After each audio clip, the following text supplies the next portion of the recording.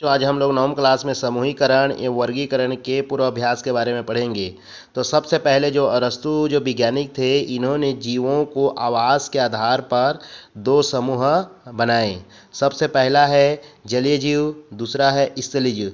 जलीय जीव मतलब जो जीव जो जल में रहते हैं उनको जलीय जीव कहते हैं, जैसे कि डॉल्फिन, ऑक्टोपस, मछली आदि।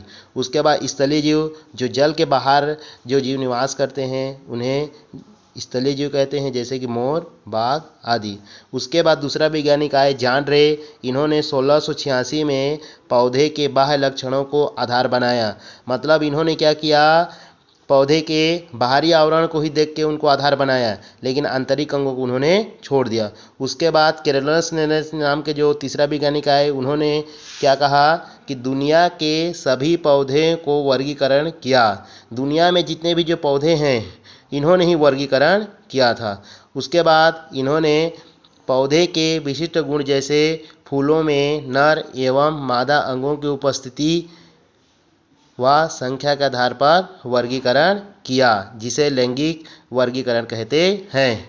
इन्होंने क्या किया, पौधे के जो विशिष्ट गुण जो होते हैं फूलों में नर एवं मादा अंगों की उपस्थिति व संख्या के आधार पर वर्गीकरण किया, जिसे हम लोग क्या कहते हैं, लैंगिक वर्गीकरण कहते हैं। उसके बाद इन्होंने 1735 में एक पुस्तक प्रकाशित किए, जिसको हम लोग क्या कहते हैं, सिस्टेमा नेचुरे।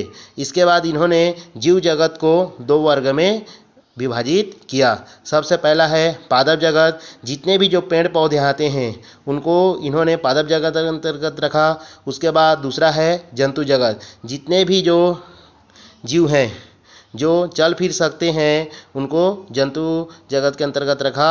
और उसके बाद पदानुक्रम शब्द का प्रयोग इसी वैज्ञानिक ने किया था। बच्चों, ये परीक्षा में पूछा जाता है कि पदानुक्रम शब्द का प्रयोग किस वैज्ञानिक ने किया था, तो आप लोग क्या लिखेंगे, कैरोलस लिनियस।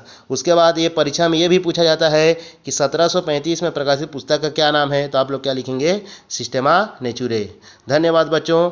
अगले दिन हम लोग पदानुक्रम को और बढ़िया से पढ़ेंगे। धन्यवाद।